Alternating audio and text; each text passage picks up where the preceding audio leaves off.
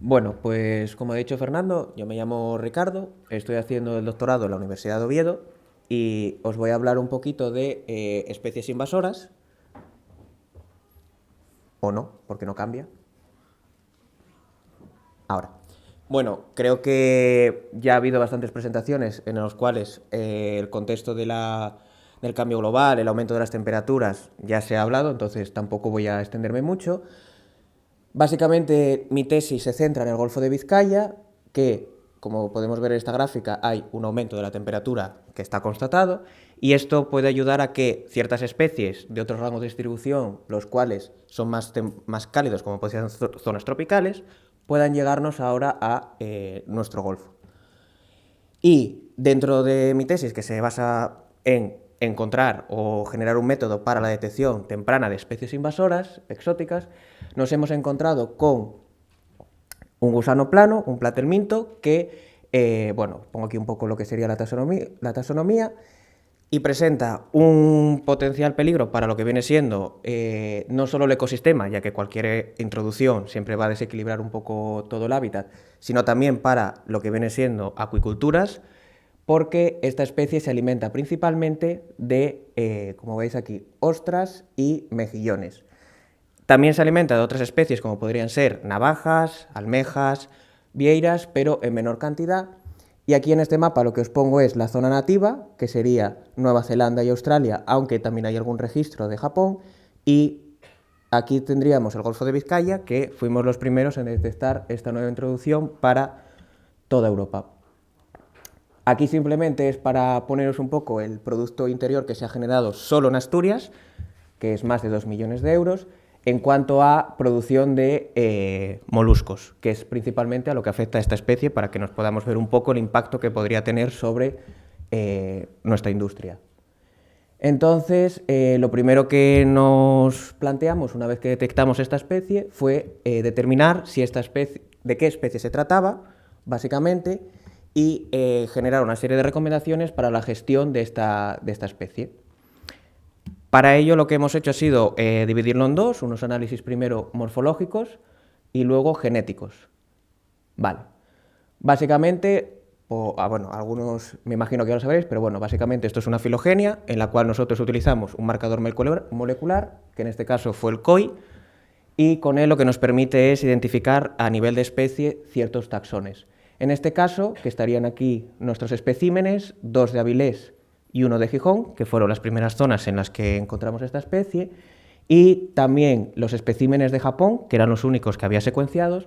pero también hemos encontrado otras especies, que es la que veis aquí, como Idiostylochus tortuosus, que esta es una especie que se había citado como nueva hace relativamente poco, en 2024, de Francia. Lo queríamos demostrar no solo por el hecho de que había que decir que, bueno, que estas dos especies son sinónimas, son lo mismo, sino también por el hecho de que es muy importante la taxonomía, que a veces dejamos un poco de lado, porque especies que son potencia en peligro, como es la planaria y una introducción, quedó un poco oculta como una nueva especie y nueva biodiversidad, que en este caso pues no era. También, por lo mismo, es importante hacer todo lo que viene siendo un estudio anatómico de las especies, no solo porque nos ayuda a identificar la especie per se, sino que aquí en los cortes histológicos podéis ver, que aquí lo tengo ampliado, que se ve un poco borroso, la vagina del animal y estos puntitos, todos que veis por aquí, son huevos. Es muy importante, que aquí no lo tengo medido, bueno, aquí sí que los veríais medidos, pero no se ve casi la línea. Los platelmintos, si supera un cierto tamaño, quiere decir que los huevos son fértiles, si no, se reabsorben. Entonces, básicamente, lo que estaríamos viendo son que estos organismos fueron de una playa de Avilés, ejemplares que actualmente se encuentran en estadio reproductivo, con lo cual se están adaptando bien a la nueva zona en la cual las hemos encontrado. Vale. Y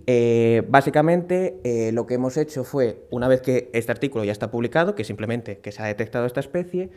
ahora mismo lo que estamos haciendo es llevar a cabo un plan de conocer la especie, saber la distribución real, que si me permitís,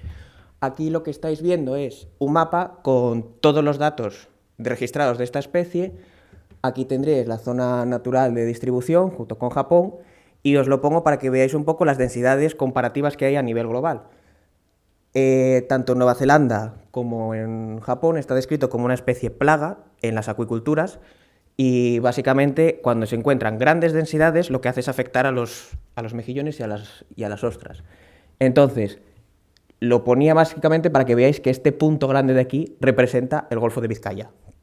O sea, la densidad relativa de su área de redistribución nativa y la que tenemos nosotros, pues es un poco, digamos, alarmante porque es bastante grande. Aquí en el mapa lo que veis ya sería pues, el Golfo de Vizcaya un poco más extendido y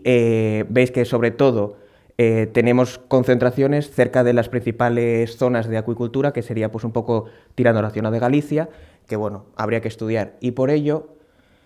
es por lo que estamos haciendo, que es lo que os muestro aquí en el vídeo,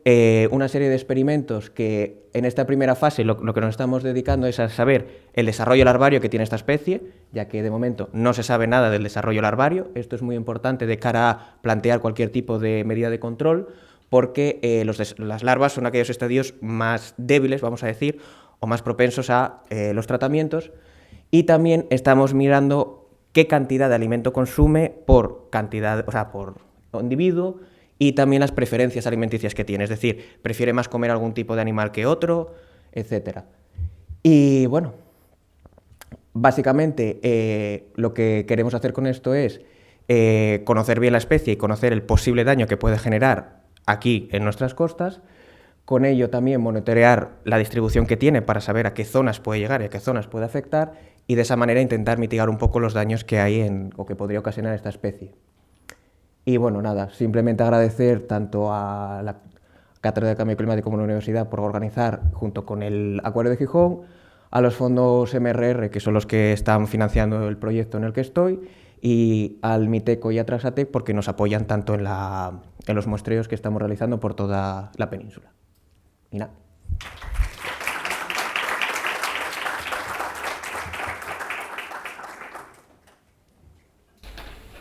Esteban, me das miedo. No, esta no es una tontería. Teniendo en cuenta que su distribución nativa es Nueva Zelanda, que solo se encontró también en Japón, y que digamos que la primera cita para prácticamente el Atlántico fue en Francia, donde habían dicho que era otra especie, y aquí, por ejemplo, en Asturias, con un poco por los controles que hay con el biofouling, con el tema de las aguas de lastre, ¿tú cómo crees que llegó la especie? Porque teóricamente en mejillones enganchados en barcos no debería por el tema biofouling, porque se limpia, y por aguas de lastre, si se van cambiando, no deberían llevar ninguna alarma. ¿Tú crees que podría haber algún cultivo de mejillones donde todavía no se sabe que está y que se han comprado mejillones en esa zona? A ver, una de las principales problemáticas que tiene es que esta especie, la larva se puede meter dentro de lo que viene siendo los mejillones o las ostras y se desarrolla dentro, y entonces sí que puede servir como vehículo para transportarlos. Técnicamente, las aguas de lastre están reguladas y deberían hacer esos cambios que tú dices. Legalmente no hay ningún tipo de control sobre ello, o sea, se supone que lo tienes que hacer, pero de ninguna manera se controla porque tienes que hacer ese cambio a X millas de costa, vete tú a saber si lo haces o no lo haces.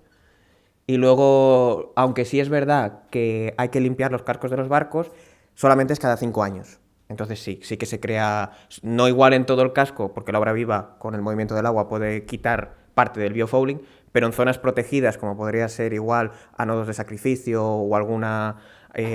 grifos de fondo, que están más protegidos, ahí sí que pueden proliferar mejillones, ostras, etcétera, y que sí que podrían servir como, vamos, vehículo de introducción. Y luego, lo que tú dices, por supuesto, nosotros no tenemos un tráfico marítimo directo desde ni Australia ni de Nueva Zelanda tan importante como para haber introducido tal cantidad de biomasa de esta especie. Lo cual quiere decir o bien que está en otro puerto que todavía no se ha detectado y que sea el punto de unión con el Golfo de Vizcaya,